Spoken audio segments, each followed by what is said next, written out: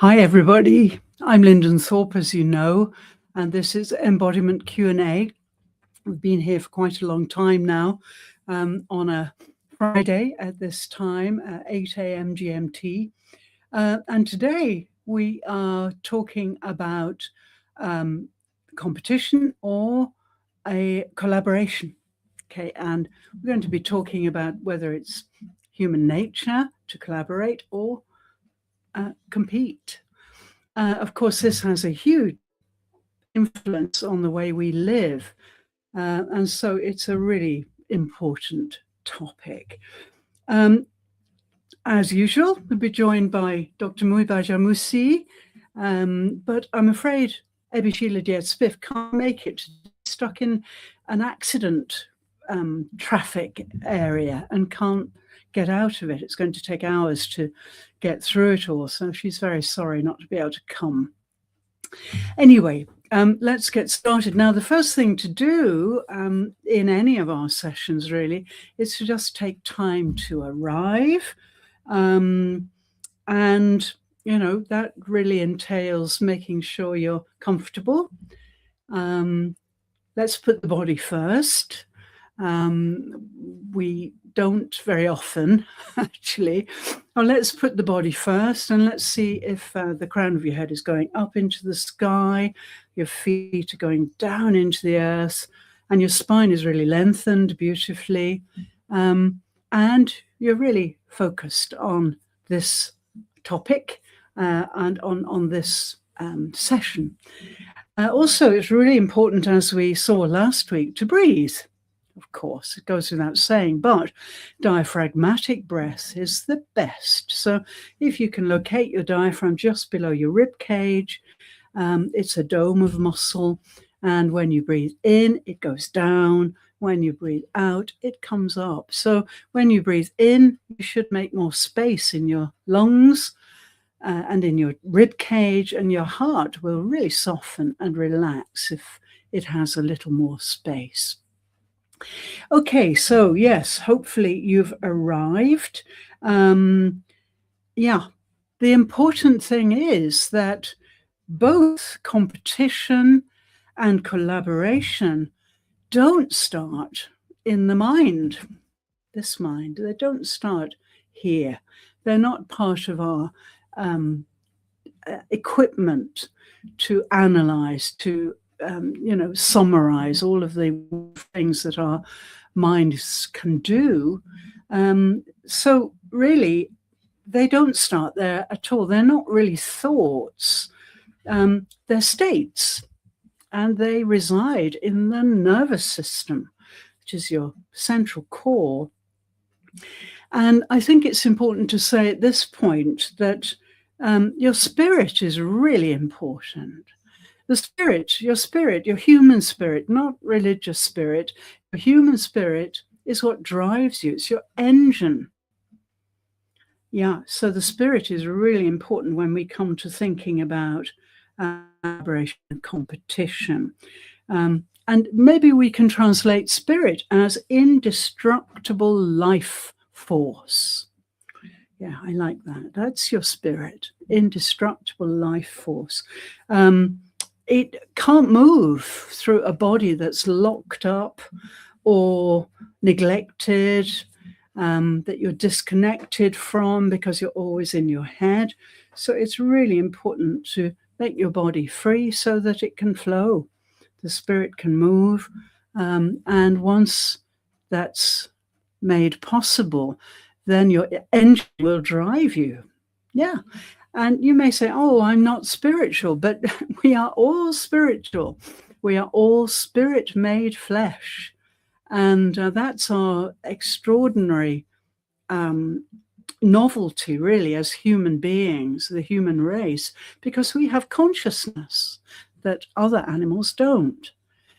So it's really important to recognize you have a very strong spirit, and we can see it all around us, gosh, in people who survive the most terrible things. For example, I live in Japan, and we regularly have earthquakes here and flooding, and some people lose everything. and they lose their loved ones, but they get through that. They're amazing. They smile and get through it. They know they've got to keep going. They know that their human spirit will see them through, and they keep going despite the most terrible of deprivations and hardship after a major earthquake. Yeah. So, yes, these things are important. And before I'm going to share my screen, I'd like to include everybody. So I always show a voiceless video to get you in the mood. For those of you who prefer to see images and so on, videos, this will get you started. So without more ado, I'll share my screen with you.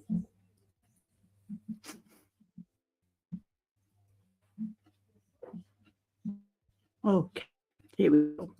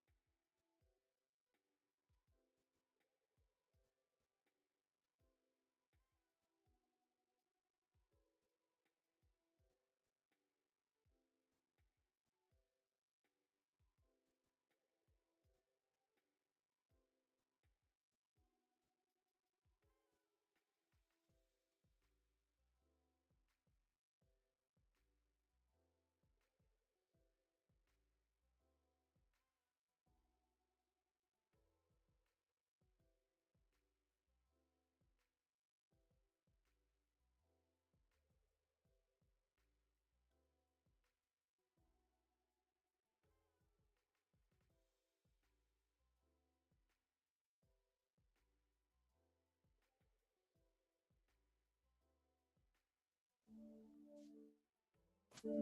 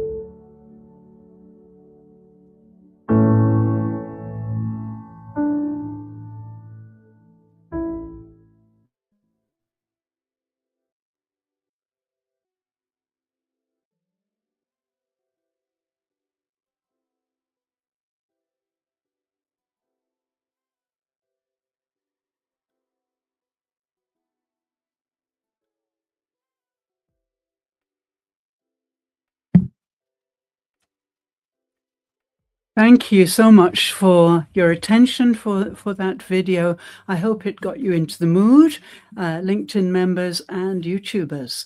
We're going to be talking about this now with Dr. Muibaja Musi, who's waiting eagerly in the wings.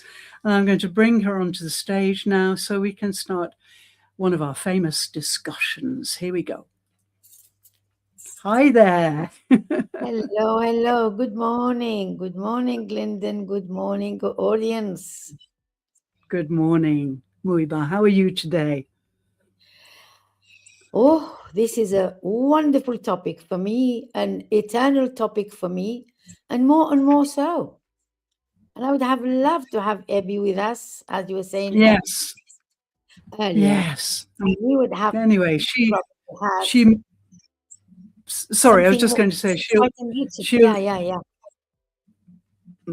try and join us if she can, but you know, she can't really, stuck in traffic, she can't really concentrate on the on the screen, on her phone screen, but she thought it would be a couple of hours before she was out of it. So poor thing. There we are. But anyway, she's okay. She's got lots to do. And she's okay, but she's sad she couldn't be here. Yeah. Anyway, yes. So let's get started. I mean, really, for me, one of the core principles of this whole discussion is threat. So when the body senses threat, then suddenly the world becomes scarcity. You know, we don't have enough of anything. Everything's going to disintegrate. You know, when we're threatened, that's very often what happens. And when we're in scarcity, we compete. That's an instinct from our evolutionary line. You know, we compete. We elbow each other's out of the way to get the food or to get the water or whatever it is. But when the body is safe, when the body is in safety, then everything is possible. The world is full of possibility. And that, for me, is when collaboration is really natural. We want to reach out to others. We want to share, you know, because we actually have the space to perceive others. When we're under threat, we don't have enough space because we are surviving. You know, we're bent on our own survival. So these days, getting away from threat is quite tricky because of the internet and because of burnout and all of these things that are happening around us. So, yeah, for me, that's the kind of core. What about you? I love your introduction. Thank you. I love it because it puts me right where I need to be, which is mindset. Yeah. Mindset. I am old enough to have lived in a communal society, in a traditional society, where collaboration starts first thing in the morning and finishes when we go to bed. There was not a single minute left for competition, because when there is and where there is collaboration, cooperation, there's no space for competition. And how do I define collaboration? It is when everyone does their best, not to be better than the others, but to be better, to give the best of what they can give. And so when it comes to competition or collaboration, I am constantly in competition with myself, wanting to do better, be better, help better, enjoy better, rest better. When it comes to the relationship with the other, I am constantly in collaboration with the other by wanting to give what I have in surplus. I want to give all that I have in surplus, and I have plenty in surplus. And I think that it is quite normal that the other would give what they have in surplus. We have different skills. So I am good at one skill and the other is good at another skill. There is no room for competition, because we already observe this. I already noticed that, you know what? I can feel that I'm so good at this. And I also feel that you are so good at that. Where is competition? The ridiculous, and I dare say the ridiculous competition, is when somebody is competing not in their natural habitat, but in the other's space. And so just so, I'm sorry to use the word ridicule, because it's not their natural habitat, it's not their natural skill, it's not their natural excellence. And I ask myself, why are they going to a space where they cannot excel? This is in very general terms. So I compete with myself constantly. I'm a perfectionist. So I'm constantly competing with myself, and I'm constantly in collaboration with whoever wishes to collaborate. And I have naturally a collaborative mindset. If I dare say, where does it come from?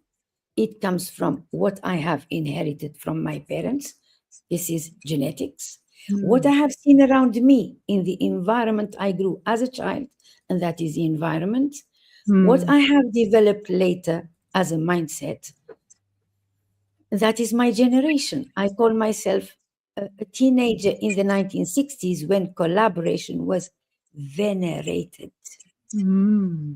When whatever we do in common is expected to give the greatest joy.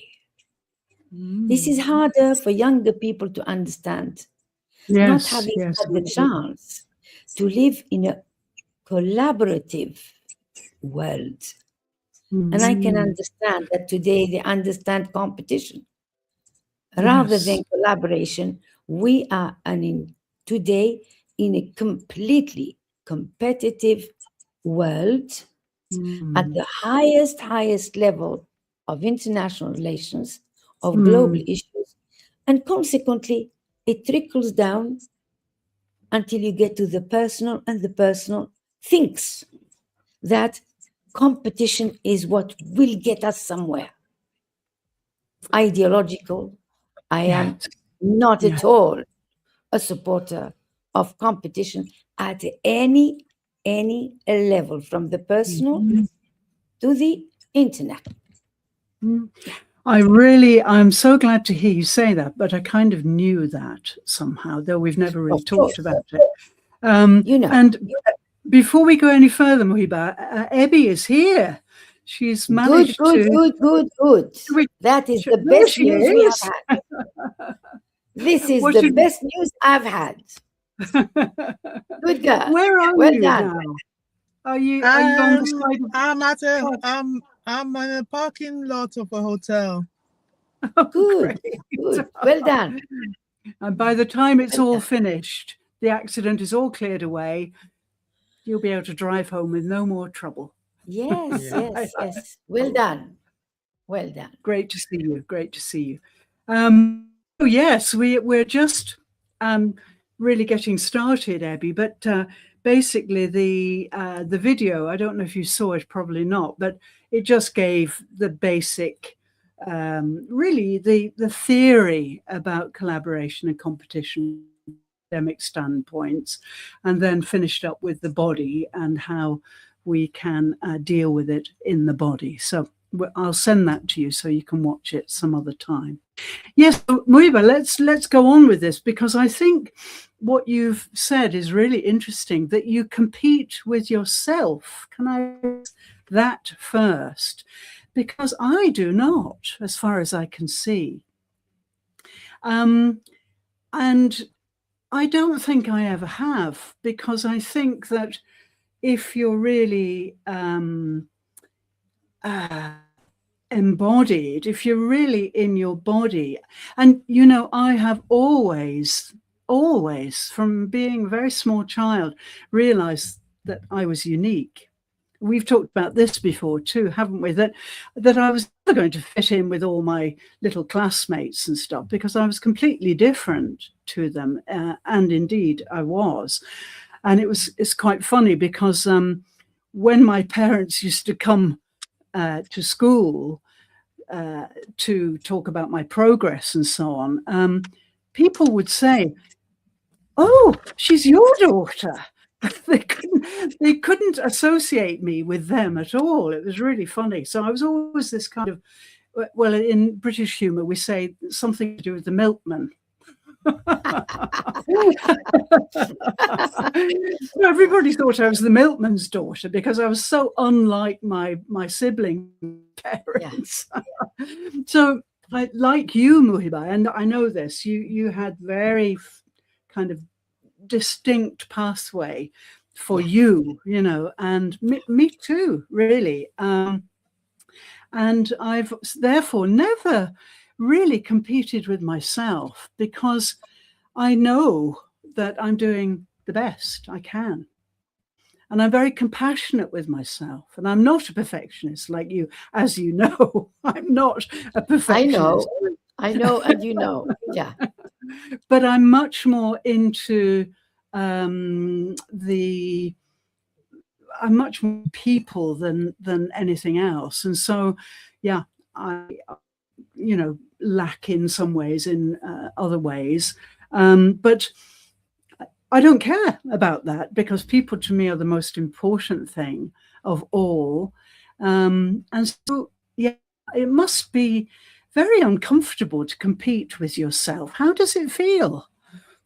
I will tell you, since I am the one with this theory, compete. Yes. I went into diving at the age of 40. When people saw me joining a club made up of male divers, apart from 2 other girls and me, and girls much younger than I. They were in their 20s. I was 40 years old. When I went there, these men were this caliber, tall, huge men, huge, because they were divers. You're supposed to have practice, and so you are really well built. I was this tiny little thing weighing 53 kilos and so small. I'm extremely small. When I went, they looked at me like this unbelievably phenomenal. What is she doing here? And they said it. So I quit the first day. Then they called me and said, yes. I don't like people being rude to me. Because they said, what are you doing here? I said, I thought I had come to dive, to learn diving. So I quit. They called me, apologized, said, we didn't mean anything wrong, but you. I said, okay, what is it? They said, please come back. We pray you come back. I went back. I never in my life competed with these huge, bulky men. It has nothing to do with me. Competition, I called it, with myself. So I looked with the mask for the first time in my life. Of course, they had grown up with a mask and could see underwater, not me.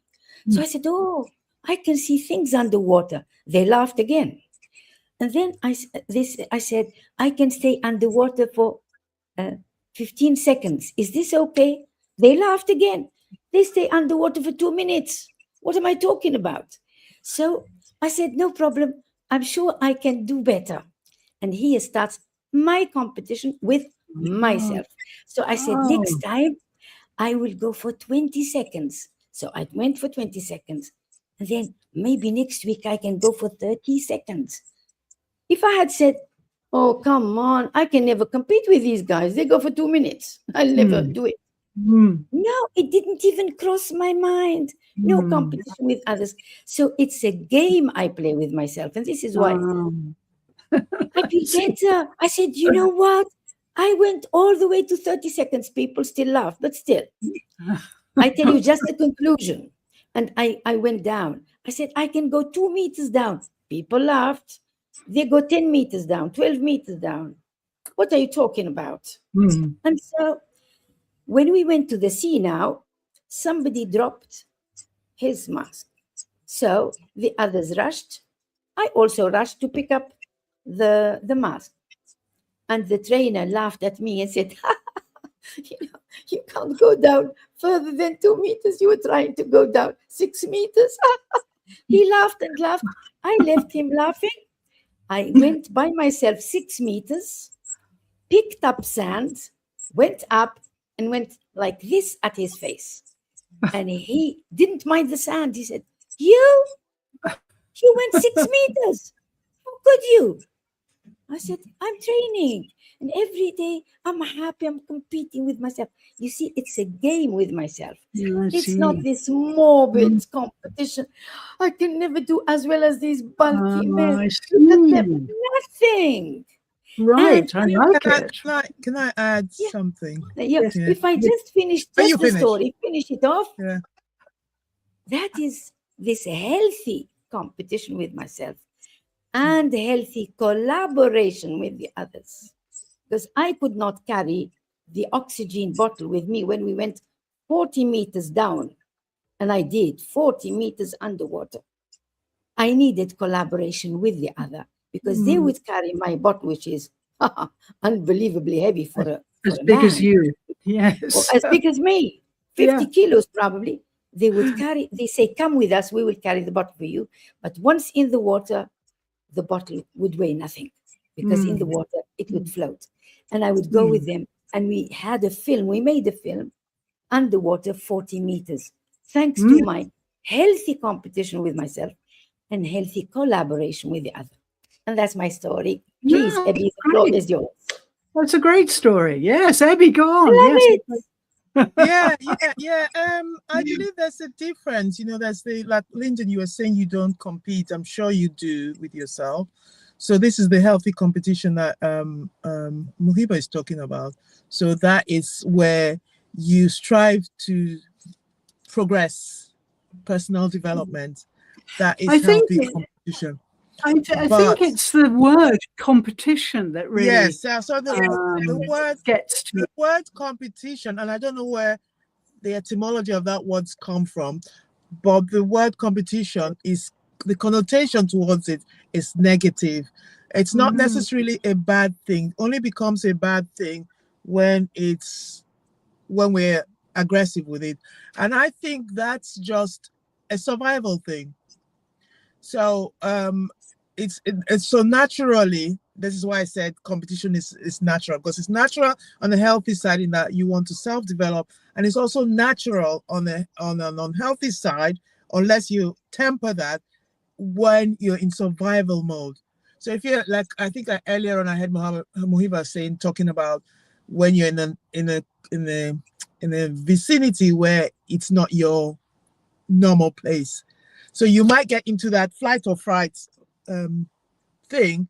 And so your competition, if you're not aware, your competition, the solution is not to compete with the other person. The solution is the collaboration. But why I say it's a natural thing, because that's the natural man. And unless you're very aware of what's happening within your body, your instinct will be survival. So we'll either be survival with fight or flight, if you're the fight person, or flight, running away, which is not also good, or freeze, you know. So the natural instinct is protection. And that's why we have to be aware. And in the world of today, I think because of the disconnection between body and self, mind and self, so the limited mind and the limited mind, there's a disconnect. And this is why so people are in survival. They have to pay their mortgage. They want to move up in society. So then fight or flight is fear. This is all fear-based. So when they're in fear-based thing, they go to that. And so I think you've hit the nail on the head. Fear, yeah, because fear. I've never really felt fear, I don't think, in my life, not real fear. And so, yes, of course, I'm now thinking about my musician days.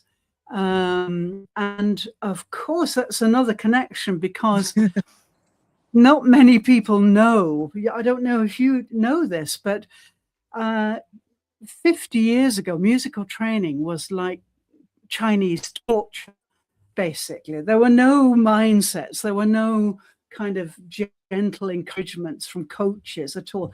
There were just very rough, angry teachers who bashed you if you didn't do what they wanted you to do. You know, it was really hard training, grueling. And most students would end up in tears after their lessons, you know. And so I think I learned to be very kind of strong at that point, and to be, you know, able to stand up to these horrible professors who was really cruel to people, really cruel. So, but that reminds me of I the think nuns in boarding school. Sorry, it reminds me of the nuns in boarding school. Oh, really? They were not very nice. Well, yes, it was really just so painful.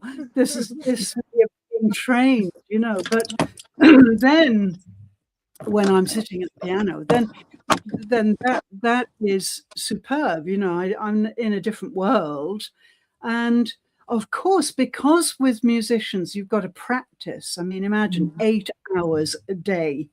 I used to practice, you know, so my fingers were bleeding on the keyboard to get myself to the next standard, you know, and so on, and to really excel in my lessons, which are usually master classes. Then, yeah, there would come a point at which, through that mechanical memory thing, so music is a rather unusual case, I think, through muscle memory, eventually you'd get there. And I was so compassionate with myself. I never used to get angry if I couldn't reach. That is so good. So I think I really am a bit strange. Now here, so good. here we touch upon the cultural, and I did touch upon the cultural previously when I said that Europeans have made it difficult for themselves by creating rules and regulations and constraints and restraints for art. So they defined poetry as 14 lines or it can't be. And even within the 14 lines, the rhythm, until you get to only a couple of people like Shakespeare could write poetry. In my own culture, who cannot write poetry? Because these restrictions are out. You can write 100 lines easily because there are no very restrictions. specific in what you're. I will go on. I will go on. I will go on. I will go on. I will go on. I will go on. Music. If you miss one note, you've had it. It's so precise. European folk stroke, European waltz, European. If you are not the expert in dancing, this is why only the aristocracy could dance. Because if you miss one step, one foot, you've had it. Other cultures have not regulated dancing this way. You just go crazy and you go to do. Correct. In this case, correct. Yeah, I go on. To music itself. Do you know that improvisation is the rule in my own musical culture? So you sit down, you don't even know one another. This is the basis of blues, by the way. You invite people who have never played together before. You invite them and you have them together, get in a rhythm. Then little by little, each one plays an instrument and you go crazy and you dance because you get in the trance. Who would ever do anything without the maestro? And the maestro goes like, Oh, sure, yeah. the I see what you're getting at. So Yeah, you but are that's one constantly. example. I will go on. I will Yeah. go on that this illustrates the spirit of competition. You better be an excellent musician, otherwise you will excuse us because you're not this perfect musician. Whereas in Yeah. my own culture, you are a perfect musician according to your own rules and according to your own whatever you think of music, and you are allowed in the band anyway. Yeah, but that So going example. back, I will go back. If you want an example for competition and collaboration. That example. If we finish this topic of music, so the example of music that Lyndon gave was an example based on her culture. But I can tell you that in my culture, I have the exact same. So that's just so it's not about the music. It's about the competitive mind. So I am she gave using that music. example. She used that example because that's what relates with her. But I can give the exact same scenario, but with a different example that's not music, that relates to my culture. So what I'm trying to say, yeah. So what I'm trying to say, my conclusion, Abby, and then you give your example. Hello. Right? So and you see, Lyndon is enjoying it, half enjoying it and half not enjoying it. What I wanted to say is that it's basically a mindset. That when you come from a culture where do as you like, join the band, dance the way you like, write music you like, enjoy playing the music. It's a mindset of collaboration. Come to us, to our band, and do it the way you like. So it allows collaboration because there are there's not a set of rules that you either follow or leave. You collaborate to create music. And I could use this example for any activity where there is collaboration and not competition. So it's a mindset. Either you have a competitive mindset, a cultural competitive mindset, or you have a collaborative cultural mindset. That's what I wanted to illustrate. That be it music, I could give you examples about food, about games, about sitting down, about eating. Whatever example you take, you will still find collaborative spirit, mindset in traditional societies, and you will find more and more competitive as you get to what we call advanced societies, what we call modern approach. The modern approach is competitive. It's in and I would have to societies. the floor is yours. Abby, the floor is yours. I'm sorry. Come on, Abby. I disagree because so competition is a natural thing. It's a thing of survival. And okay, people have rules. Any society you have rules. It might not be rules in music, it might be rules somewhere else. Communities have rules to be able to survive, because otherwise everything will just be chaos. So there are rules. So we have to be aware that we are harming not only ourselves when we're in the cutthroat mode of competition. If you're not aware, so okay, I'm collaborative. I don't like the reason why I was very good at sports, but I never liked to do sports.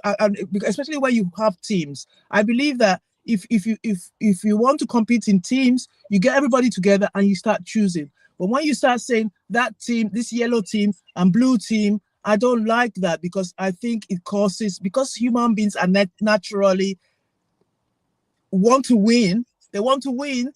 It then causes the animosity instead of collaborating and thinking we're doing all this for fun, it then becomes a thing of aggression, because it's that's the natural. And if you're not aware that you have this in you, innate in you, because of the fear, because obviously people want to win because maybe there's a prize, they might be getting a scholarship. So if your life depends on winning that thing, some people can get to the point of becoming vicious because their life might depend on it.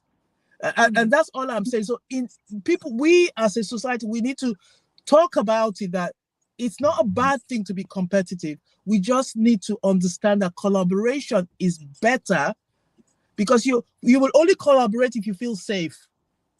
If you feel threatened, you're not going to collaborate, because that's a threat on you. So the environment needs to be made to feel safe. And that's what's happening. It's not made to feel safe. People that feel that they're going to lose their jobs, so they have to compete and backstab. So they come up with different tools, and that's all I'm saying. I know you said music, because you started by saying Europeans, and I'm trying to say that it's not Europeans. In any culture it will happen. Maybe in music, Europeans did that in music, but in my culture we might do it in something else. But what I'm saying is that the natural is that. So in my culture it might be maybe fish. Okay. If I don't get that fish, my family will starve.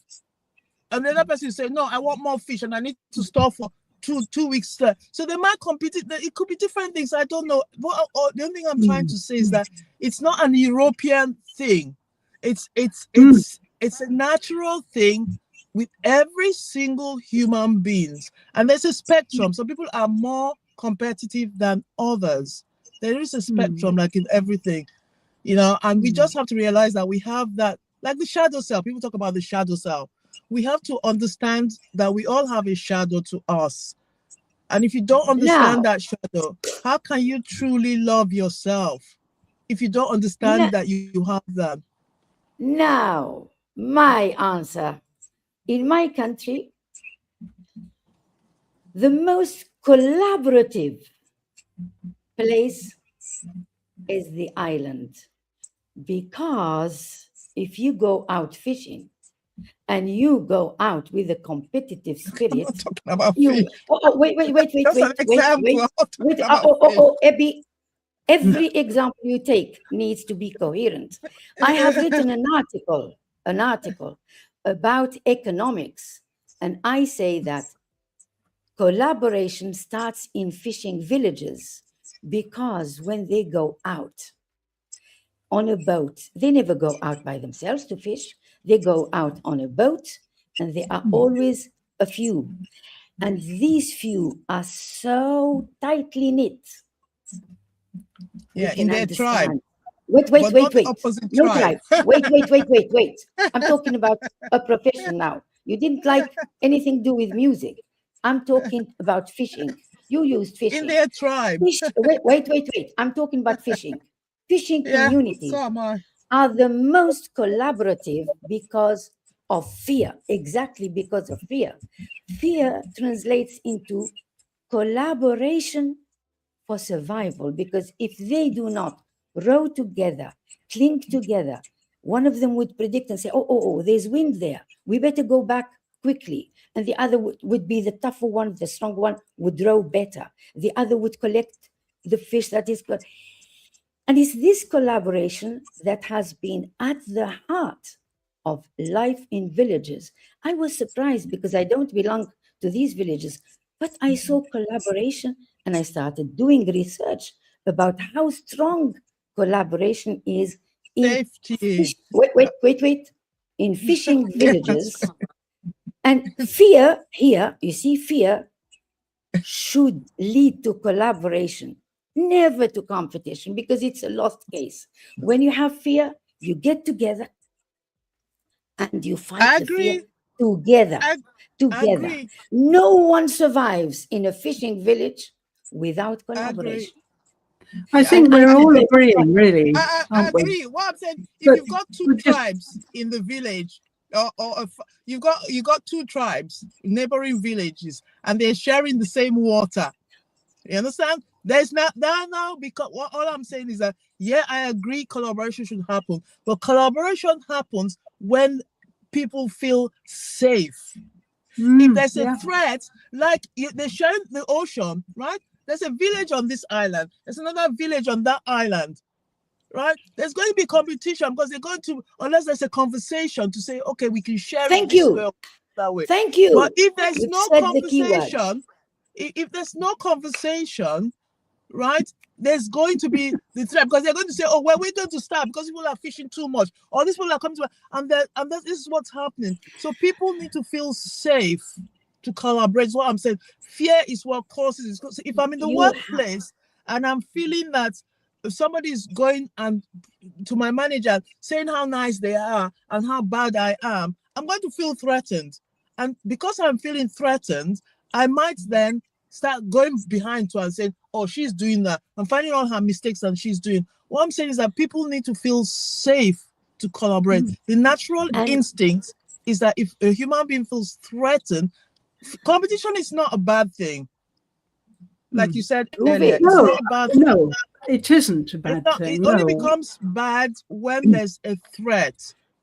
Or like here we all agree, the role of collaboration and the role of discussion and the role of getting together and the role of sharing. I live in a country, Oman, where water is very, very scarce in certain parts. And they have invented an old system of sharing water. And so you take a little bit and I take a little bit, the other tribe takes a little bit, the other tribe takes a little bit, and it's shared this way. And it is illustrated, I suppose, in Guinness book as one of the oldest systems where water is shared because it's scarce in certain parts. In other parts, it's quite abundant. So this is a case. This is the role of the sage. This is the role of the wiser man. This is the role of the head of tribes who would indeed in traditional societies sit together. This is why the older you were, the wiser you were, and the more respected your views were, because these people would have gone through all these fears and they know how to overcome them. And to illustrate what I'm saying with one example, which is when you have food distributed, you could line up and have enough food for each. If you go throw yourselves for fear of not getting any, you know what happens? You would see these things stampede, people get killed, and the food gets all thrown in the floor. How many times have we seen rice thrown in sand because of this stampede? When you have wiser people, true leaders who are wise, have experience, and are seen by the others as those who hold wisdom, they would say fear should lead us necessarily to collaboration. I know why we disagree now. The penny is dropped for me because you come from a place where people have the same culture, the same religion mostly. I come from a place where I can go 50 years, the culture is different, the language is different, the religion is different, the whole thing is different. So when you live in, and that happens in a lot of Africa, where we're so different. I can tell you that in my tribe is a minority tribe. My tribe, there are sub-tribes. So we're different, and human beings naturally fear what's different to them. So it makes it more complex. So the human being is just so complex. And I think going forward, we just need to teach people, or not teach them because you can't really teach. We need to, first of all, embody it in ourselves that what is our true selves? Where is the shadow in me? And lead by example. Because human beings are so, because we make assumptions about everybody else based on our paradigm. Like you, and as you were talking, it just became clear to me. You live in a place where you have the same religion, basically. You have the same culture. You speak the same language. We don't. No. I won't even understand somebody who lives 50 miles away from me. Good. And this is You have thousands of given years me. ago, not anything to do with colonialism. That was how it was. Thank you. You have taken me back indeed to colonialism, because Africa was made up of tribes practically of equal size and equal Killing each weight. other. Wait. Killing each other. Good. Killing each other. Listen to me. Killing each other at earlier times and stabilizing. And now we know, don't attack me. I don't. Wait. Never stabilized. Wait. Never. Previously, tribes were of equal size, and if they were not of equal size, one would win once and for all and forget about the other. And so, wait, Abby, wait a minute. These were Aborigines. They were natives. They would have sorted or not sorted their problems long ago. And here comes the colonizer. You know what the colonizer does? A pen. Here we are going to draw Mali. Oh, I don't. Wait, Abby, wait. I'm not comfortable with this. Wait. Here we draw a line. This is here Mali. No, you can't do that because you are dividing tribes and adding them to the enemy tribe. Shut up. We are drawing a line here, and this is taken by the tribes had problems before. Wait. Long before. And this is the game of the colonizer. Wait. It's not the colonizer. Sorry. Abby, excuse me. I'm as African as you are. No, but you're a different part of Africa. Sorry. Oh, now you are dividing Africa in different parts. So the world is divided. And now you divide Africa. And then you divide the tribes. You see, now, girls. We can't keep blaming. I blame no one. I state a historical fact that the colonizer came and drew lines, divided tribes that belonged, and distributed them in a different ethnic division and left them to themselves. When they left, they could guarantee fears. And this is what has been going on throughout centuries now. Fear of scarcity, fear of that's always existed before, from the time man was created. You. The colonizer played under with colonizers. It's a natural thing. So you are cherishing colonization. You are celebrating colonization. I am not. But what I'm saying is that I'm not going to blame something that's not real. From the beginning of the creation of man, man has always been. Before, thousands of years ago, my tribe would go somewhere else and want to take that place. That's just normal, because they see the other people, because their traditions are different. They don't like the other people's traditions. That's just natural. There's nothing wrong with it. It's just natural. Civilization is what's teaching us.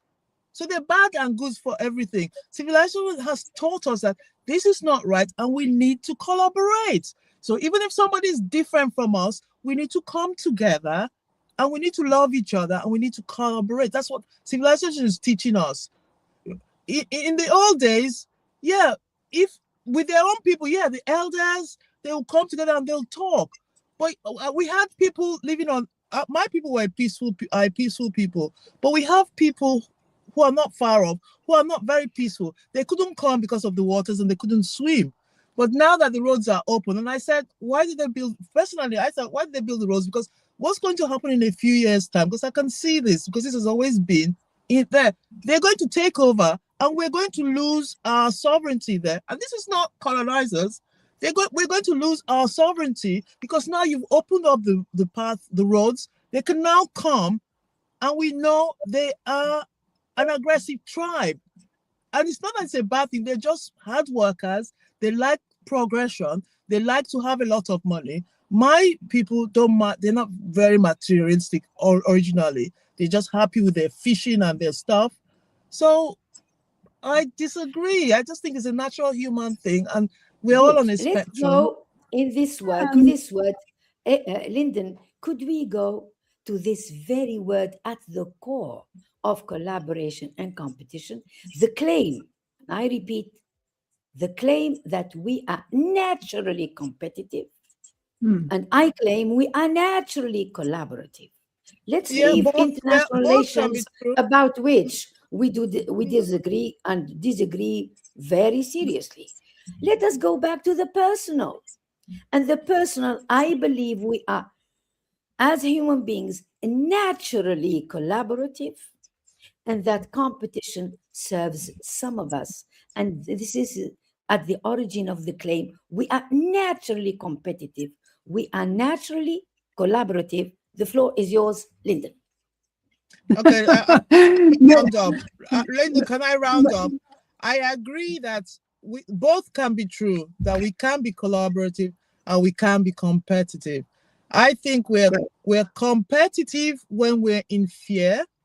So it could be fear of hunger, it could be fear of losing job, it could be fear of something. When we're in fear, and we're collaborative when we feel safe. So both can be true. Can I? Lyndon. May I? May I? May I speak? You're right to say, may I? After this passionate, excuse me, I am the host. Well, that counts for nothing, I think. We are all three of us hosts, I think, now. We should rejig this whole thing, because I think it's the three of us, really, not me. But yes, what I wanted to say was to gently bring you both back. I mean, I love this passion. Yeah, I do. And this African passion. I love it. I love it. But we've got very little time to actually get the points across. And so really, this is embodiment Q&A. So I'd just like to put in a little word about the body, if I may. Because, yeah, of course, when we are threatened, yes, we're in fear, okay. But when we collaborate, to me, it's really interesting, because although I'm not naturally competitive as far as I know, although Ebby, you seem to think I probably am somewhere, I probably am in a good way. In a good way. Yeah. In a good way.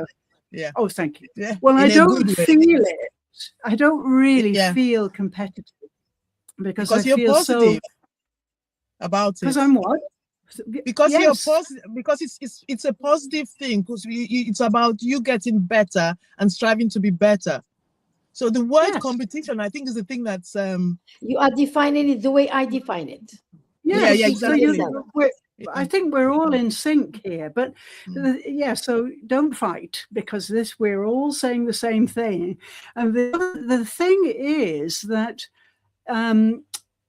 basically with competition, my theory is that we're very much in, dare I say it, the limited mind. We're very much here because we're perhaps aware of external criticism. We are thinking about expectations. Now, the unlimited mind doesn't care about any of that, doesn't care about any of it. So basically, me at my piano, once I was there, I could easily drown out all the possible criticisms, because I was not in my limited mind. I always was in my heart. You were enjoying it. I was engaged utterly, and I didn't really give a damn about the others, But the thing is that the distinction for me is my heart. So when I'm really engaged in something, I can feel my heart really like a kind of ocean wave. It's so happy to be thoroughly away from all of this inner dialogue that people suffer from. I mean, I know we three are exceptional because we don't suffer so much from it, but many people just have this, well, I think. Many people just at have all, this, at all. I know. Some people, I was talking to someone yesterday who said she said, I can't sleep. I said, why? She said, because I'm talking all night to myself. So I, well, how stupid. Oh my God. Why don't you find somebody else to talk to? No, I didn't say that. But I mean, it is incredible that we've got this propensity to create this constant dialogue, which is usually negative and usually what and if. should not be, should never be. When you have self-love, as Abby likes repeating, you are so kind to yourself and say, you're doing better. No longer 30 seconds. Now you've gone to 40 seconds. Yeah. Continue. So your inner dialogue is an encouragement to what you are doing. It's a celebration of what you are doing. So this kindness needs to exist. Whether you are competitive, not competitive, be kind to yourself. Celebrate your little steps. Be happy with them. And you know, we have gone into the wider world. We should go maybe next time to the inner world of competition and collaboration and see the effect on the individual when it comes. Because today we've gone out and traveled here and there, and it's all to do with you. You bring 2 Africans. What is it you expect? 2 passionate people. Whether we have lived elsewhere or not, that's what you get. So next time we could go inner to the inner self. And what do we do with this competition collaboration?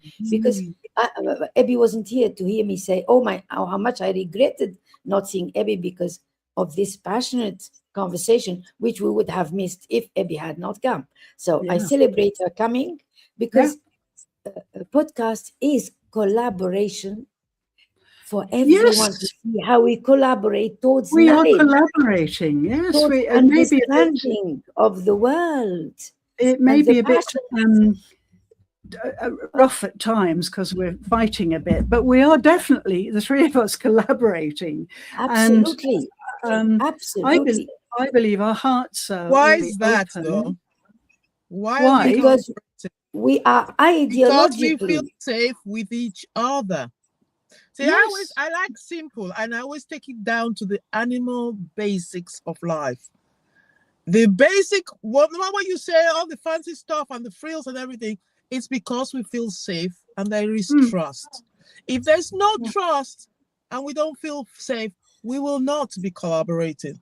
And so the thing where companies, organizations, which is what we talk about, I guess, deal with, and our communities, is to make people feel safe. Yeah. And then they will become, they will be vulnerable. That will be our next topic. Safety. Yes, how to collaborate and compete inside. And I'd just like to finish off this passionate interchange, which I really loved. It's great. Thank you so much, Lyndon. No, it's great. I love it. Thank you for your patience. I mean, we have displayed our passion, and you have displayed your patience. Thank you so much. No, Thank you so much. I just can't get a word in edgeways. No chance. You're too kind. It's impossible to get a word in edgeways, so I've got no choice really. No, but what I wanted to say was that we really have to watch people, the people in our care, the people we're reaching out to, because so many of them are trapped in this internal dialogue, eternal dialogue, internal and eternal. And they can't, yes, it's fear. Well, isn't that so awful?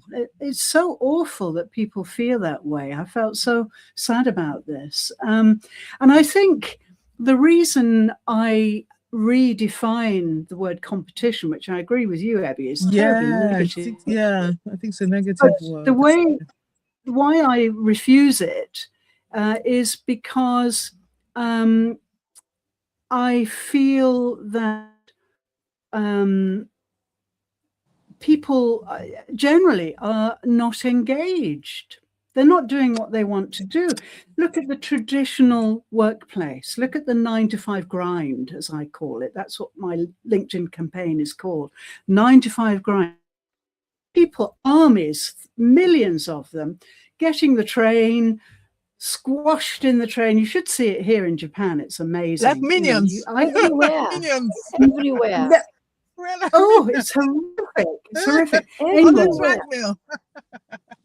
off they're going to earn money by the hour, an hourly rate, feathering their employer's nest. I mean, wouldn't you have an inner dialogue going round if you did that kind of thing? I mean, we're lucky because we've had different career paths, and academic, you know, you can very easily put a stop to all that kind of fear, and usually you get numb. You get numb. What I used to do that, you know, 7 o'clock you're out on the road, on the trains, squashed on the trains. 5 o'clock you're all rushing back, all in a straight line, all of you going in the same direction. You just get numb, and you just become like automatic pilot kind of. Yeah. Your brain just shuts down. Yeah. You're a robot, really. So if your life is so run by fear that that's the only way you can make a living, you know, you have to go and sacrifice yourself on the altar of traditional work, then no wonder you've got eternal dialogue going in your head, like, you know, what am I doing? Why am I doing this? Why couldn't I be at home doing what I really love? So people are not engaged at all. Something like 85%, Gallup said quite recently, late last year. Gallup said that on a survey of something like 60,000 employees, 85% were not engaged in their work. They were you can't be waiting that. watching the clock. They're just watching the clock, dying to get out, you know. It's the oppressed revenge. You want to employ me. I asked for 1 day because my son was sick, and he said it would be taken from your salary. Okay, I will sit and do nothing. That's the revenge. Okay, there is fear. So my response, either you are trying to be so gentle to me that I will give you extra. And I can give an example next time if we're still talking about this. And if you're not considering my pain, I tell you what, I disengaged. Try to engage me. I'm sitting. You're lucky. You come.